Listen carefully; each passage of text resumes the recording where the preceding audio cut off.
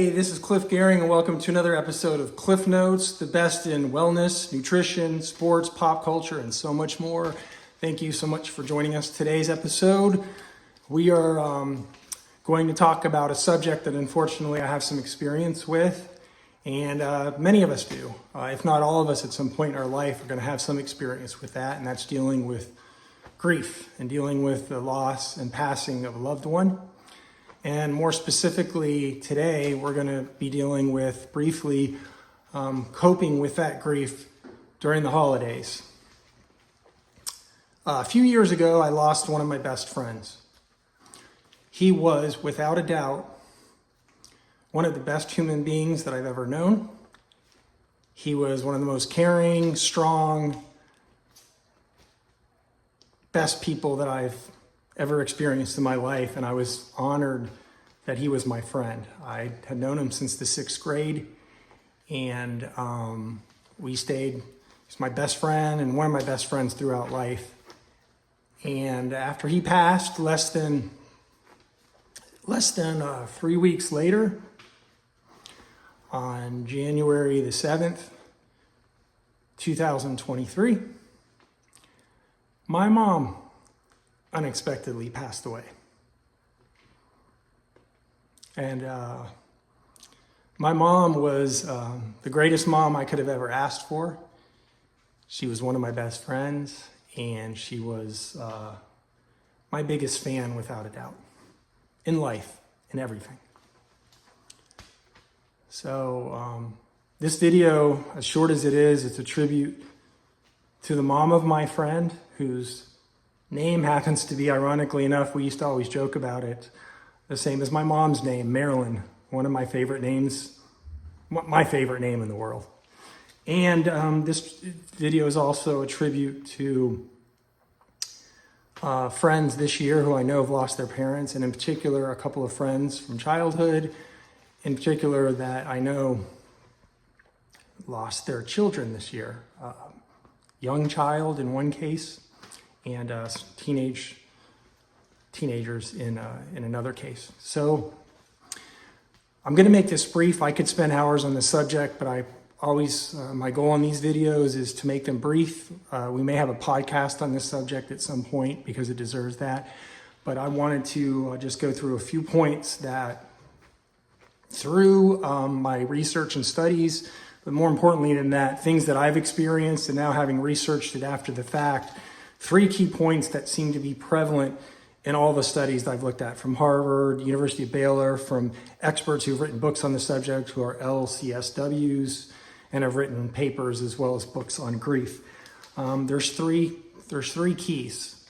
Tell you what they are right off the bat: self-care, flexibility with holiday season, and expressing yourself and your emotions.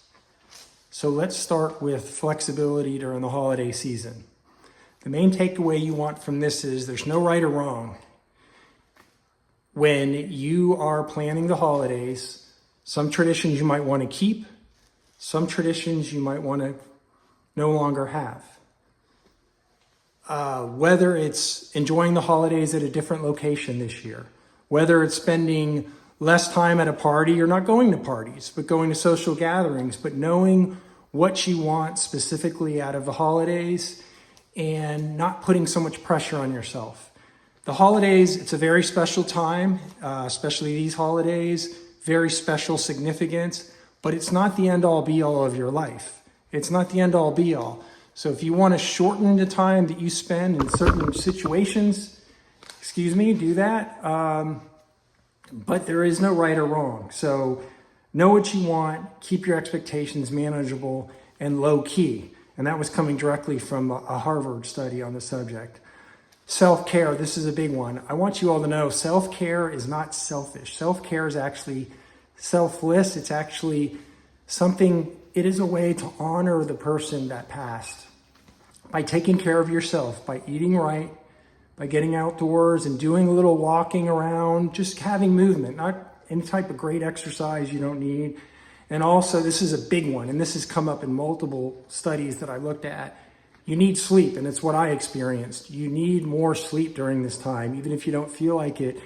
You've taken not only a spiritual, psychological, but also physical toll with what you're going through. Harvard described it as you're taxing your prefrontal cortex. The emotions are overloading some of your natural processes. You need the time to calm your brain and to calm your body. And by practicing self-care, by filling your cup, you'll be able to help others. And most importantly, you're going to be honoring that person that you spent so much time with. Lastly, expressing your emotions. Get around people or environments or circumstances that will support you and allow you to express yourself. I will say my family was great and my friends during this time, but who was the best?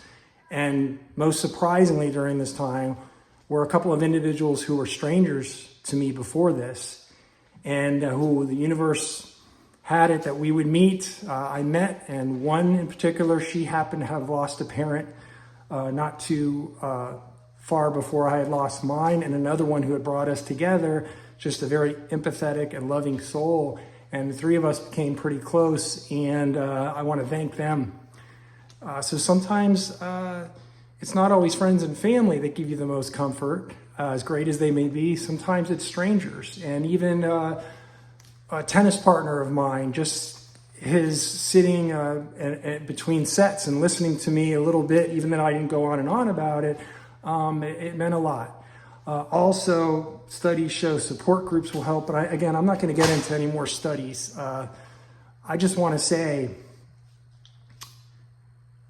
most importantly, give yourself grace.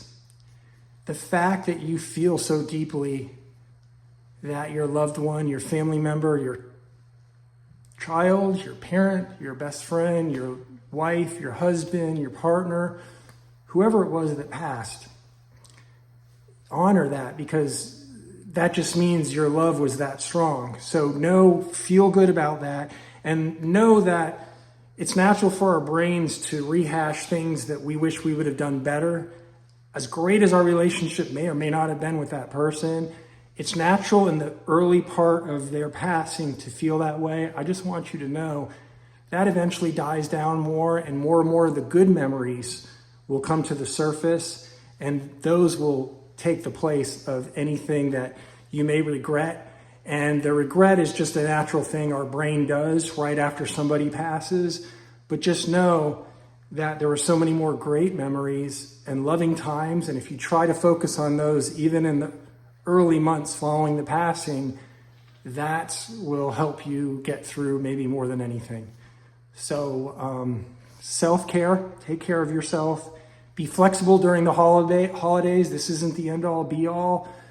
Do where your comfort level is, and don't feel bad about it. Don't let anyone make you feel bad about it.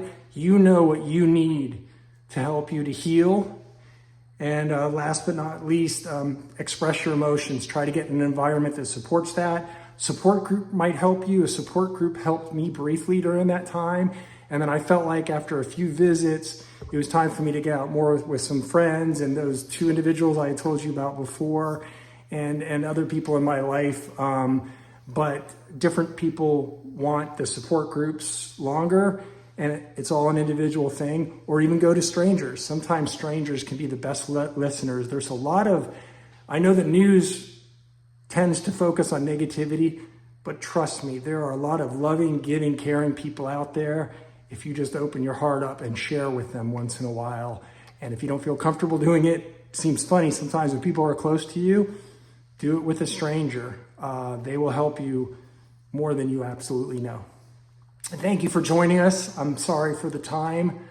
We'll see you for the next episode of Cliff Notes, and we'll see you next time.